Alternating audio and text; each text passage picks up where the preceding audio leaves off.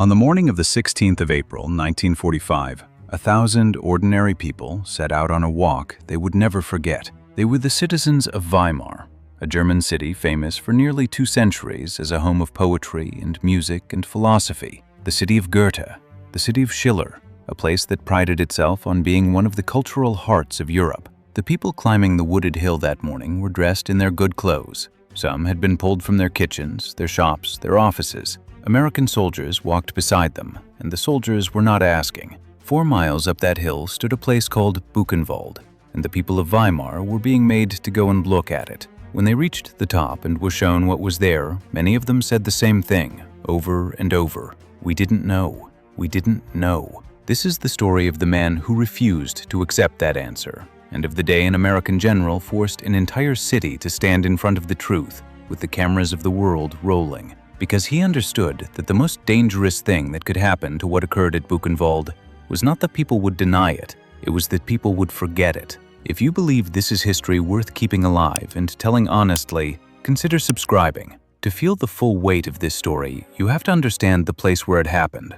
Weimar was not just any German town. For generations, it had been a symbol of the very best of German civilization. The great writer Johann Wolfgang von Goethe had lived and worked there. So had the poet Friedrich Schiller. It was a city of libraries and theaters and music, associated with the highest achievements of European art and thought. When Germans wanted to point to their culture, their humanism, their genius, Weimar was one of the names they reached for. And only about 4 miles away, on a forested ridge called the Ettersberg, the Nazi regime had built one of its largest concentration camps. They had built it in 1937, years before the war even began. The proximity was almost unbelievable. The pinnacle of German culture and the depths of German barbarism, separated by a short walk through the trees. There is a detail that captures it perfectly. The camp had been laid out around a tree on the hillside that was long associated with Goethe himself, a spot where the great humanist was said to have once sat. The guards left it standing, beauty and horror side by side, as if to prove that one did not protect a people from the other. By April 1945, the war in Europe was in its final days. Germany was collapsing. Patton's Third Army was driving hard through the center of the country. Just days earlier, men of that same army had liberated the first Nazi camp the Americans would ever see, a place called Ohrdruf, and what they found there had sickened even General Patton himself. They had prayed it would be the last such place. It would not be. The hill above Weimar was next. Something remarkable happened at Buchenwald in the hours before the Americans arrived, something that is often forgotten. As the U.S. Third Army closed in, the SS guards who ran the camp began to flee, but they did not leave an empty, orderly place behind them. For years, the prisoners of Buchenwald had maintained a secret resistance organization inside the wire, men who had smuggled and hidden a small cache of weapons, who had organized in the shadows, waiting for exactly this moment. On the 11th of April, as the guards ran, the prisoners underground rose up, took what arms they had, and seized control of their own camp. By the time American soldiers reached the gates, the prisoners were, in a real sense, already free. They had taken their freedom with their own hands. What the Americans found when they entered was staggering. Around 21,000 people were still alive inside Buchenwald. Among them were roughly 1,000 children and young people, boys who had somehow survived a system designed to consume them. But survival is too gentle a word for the state these people were in. They were skeletal, starved to the edge of death, sick, and many of them dying even now after liberation. Hundreds more would die in the days that followed, their bodies too far gone to be saved by the food and care the Americans rushed to them. The soldiers who came through that gate were hardened combat veterans of nearly a year of continuous fighting. Nothing in that year had prepared them for this. One officer of the armored division that arrived would later struggle simply to describe it, saying, in effect, that you could not take it all in. The human mind was not built to grasp it, and in the days just before, it had been even worse. As the front approached, the SS had forced tens of thousands of prisoners out of Buchenwald on death marches toward other camps. Thousands of them did not survive the road. Buchenwald was one of the oldest and largest camps in the Nazi system, opened in 1937. Over the years of its operation, it held an enormous and varied population: political prisoners, Jews, Roma, prisoners of war, religious minorities, resistance fighters from across occupied Europe, anyone the regime had decided to remove from society. It was a place of forced labor, of medical experiments, of systematic cruelty, and of death on a scale that is genuinely difficult to hold in the mind. The numbers are almost too large to feel. Over the camp's existence, the SS murdered at least 56,000 prisoners at Buchenwald. Of those, around 11,000 were Jews. People worked to death, starved to death, beaten to death, killed by disease in conditions designed to spread it, and killed outright. Each of those tens of thousands was a person, with a name, a family, a life, and a future that were deliberately destroyed. And here is the fact that should stop us cold. All of this, the camp, the smoke from its crematorium, the columns of slave laborers, the deaths by the tens of thousands, all of it happened 4 miles from the city of Goethe and Schiller for 8 years. The prisoners of Buchenwald were marched out to work in the surrounding region. Their labor propped up local industry. The people of Weimar had relatives who worked at the camp, businesses that supplied it, eyes that could see the smoke, and noses that could smell what was carried on the wind from the ridge above their city. This is the context that makes the rest of the story what it is. When the people of Weimar would later say they did not know, they were saying it about a place that had stood on the hill above their homes since before the war began. On the 15th of April, 4 days after the liberation, General George Patton came up that hill to see Buchenwald for himself. He had already been sickened by Ohrdruf. Now he walked through a far larger and older machine of death. And whatever he felt as he looked at it, the rage, the disgust, the grief, it hardened into a decision. He was not going to let the people who lived in its shadow pretend it had never been there. The next afternoon, the 16th of April, Patton's order was carried out. 1,000 citizens of Weimar, men and women, ordinary people, were gathered up and made to walk the 4 miles from their city, up the wooded hill, to the gates of Buchenwald. They were not allowed to look away. They were brought inside, and they were walked through the camp, step by step, and shown exactly what had been done there. They were shown the crematorium, where the bodies of the dead had been burned.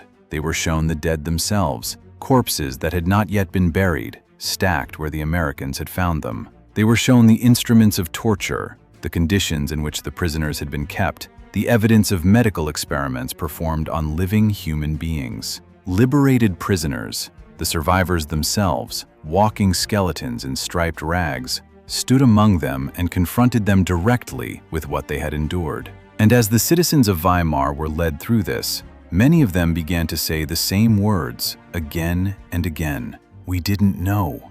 We didn't know.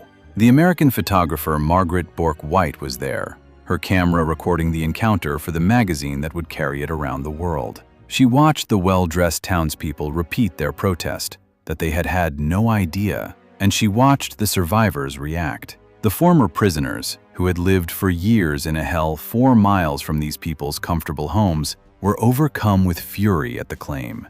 "You did know," they shouted back. "You knew." Here is the question that hangs over the whole scene, and it is not a simple one. Could it be true? Could a city genuinely not know about a camp on the hill above it? A camp that had been there for 8 years, whose slave laborers worked in their region, whose smoke they could see? Most historians who have studied it conclude that complete ignorance was simply not possible. The camp's existence was no secret. Its prisoners were a visible part of the local economy. The phrase, "we didn't know," was, for most who said it, less a statement of fact than a kind of shield, a way of refusing responsibility for something they had found it more comfortable not to look at too closely. There is a difference between not knowing and choosing not to see, and that difference is the dark center of this entire story.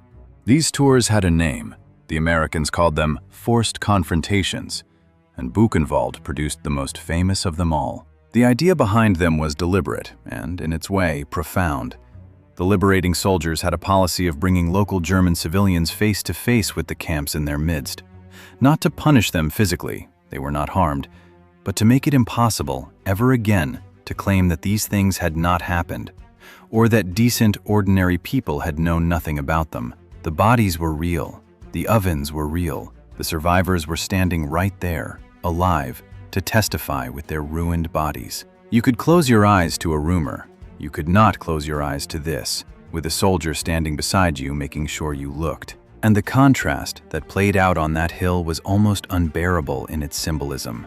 Here were the citizens of one of the great cultural capitals of Europe, the heirs of Goethe, of Schiller, of a tradition that had given the world some of its finest art and deepest philosophy. And they were being walked, in their Sunday clothes, through the proof that all of that culture had not stopped their nation from building a factory of death on the hill above their concert halls. The tree associated with Goethe himself had stood within the camp's grounds. Civilization and savagery had not been opposites here, they had been neighbors. Margaret Bourke-White's photographs from that day became some of the most recognized images of the entire war. The faces of the Weimar civilians, some staring in dumbstruck horror, some weeping, some looking away, some with expressions impossible to read, were printed in magazines and seen by millions. They are still studied today. They captured something that no statistic could: the moment a society was forced to look directly at what it had allowed. That was exactly what Patton intended.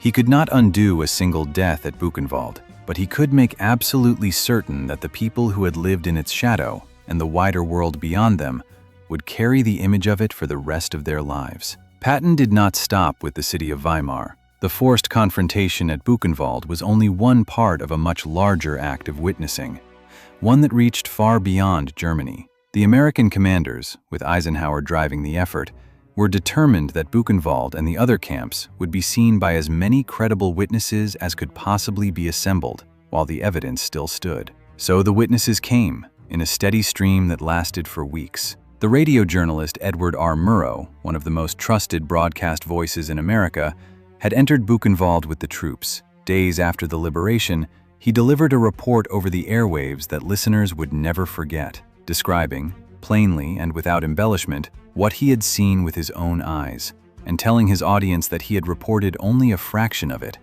and that he was not sorry if they did not believe him. It was the testimony of a famous, credible man, refusing to soften the truth. Then came the official delegations. American newspaper and magazine editors were flown over to see the camps and report back to their readers. A delegation of members of the United States Congress traveled to Buchenwald and walked among the dead and the dying, so that the lawmakers of the nation could never claim they had not been shown. Photographers and film crews documented everything in unflinching detail. Delegations from the Red Cross, from the British Parliament, from public life on both sides of the Atlantic, came to see for themselves. The logic was the same logic Patton had applied to the city of Weimar, now scaled up to the entire free world. Make them look, record it, spread the evidence as widely as humanly possible, gathered by witnesses no one could dismiss, while the proof was still on the ground. Because somewhere down the years, someone would try to call all of it a lie,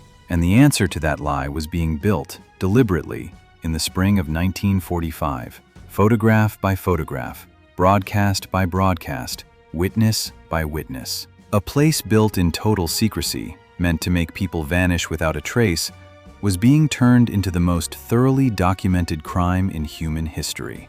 The witnessing had consequences that outlasted everyone who was there. The mountain of evidence gathered at Buchenwald and the other liberated camps, the photographs, the films, the first-hand reports of soldiers and journalists and lawmakers, the testimony of survivors, did not stay in the newspapers. It became part of the foundation on which the Nazi leadership would be judged at the Nuremberg trials, confronted in open court with the documented proof of what they had done. The forced looking of April 1945 became the evidence of history's reckoning. The survivors of Buchenwald did not stay silent either. On the 19th of April, just days after liberation, they gathered for a memorial service for their dead and swore a collective pledge, a vow, in essence, to keep fighting until the last of those responsible was brought to justice, and to build a world free of what had been done to them. It came to be known as the Buchenwald Oath. These were men the regime had tried to erase, declaring that they would not be erased, and that they would not let the dead be forgotten. And there were the children, the roughly 1,000 boys and young people found alive in the camp. Many of them had no families left to return to. The Nazis had murdered everyone they knew. Some of them would go on to live long lives and to spend those lives bearing witness, making sure that what they had survived was told and retold so that it could not be denied. Among the young survivors of Buchenwald were people who would become some of the most important voices of memory in the decades to come. As for Patton, the general who had forced the city to look, he carried his own recoil from these places. In a letter home, he had written that Ohrdruf was the first concentration camp any of them had seen, and that they had all prayed it would be the last. It was not. Buchenwald was worse, and larger, and older. The man who had built a career and an identity around loving war had come face to face with something that even he found unbearable. And his response was not to look away, but to force 1,000 others to look with him. In the end, the most haunting thing about this story is not the horror on the hill. It is 3 small words spoken at the bottom of it. We didn't know. For most of the people who said them on that April afternoon, the words were not really true, not in the way they meant. The camp had stood above their city for 8 years. Its existence was known. Its labor was woven into their lives.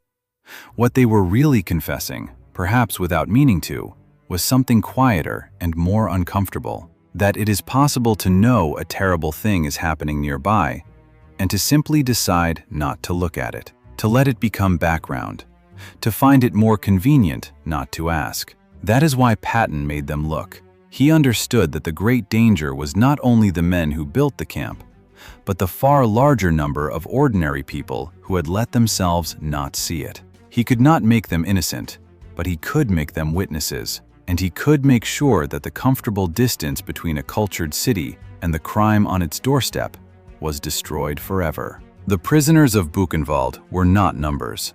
They were tens of thousands of individual human beings, each with a name and a story, who were deliberately destroyed within sight of one of the proudest cities in Europe. We cannot give them back what was taken, what the liberators asked of everyone who came after, the soldiers, the city, the Congress, the world, and now us, was simpler and harder than that: to keep looking, to refuse the comfort of not knowing, and to remember, accurately and honestly, what people are capable of doing to one another, and of pretending not to see. If you believe this is a history worth telling truthfully, leave a thought below, not for the algorithm, but for the people this happened to.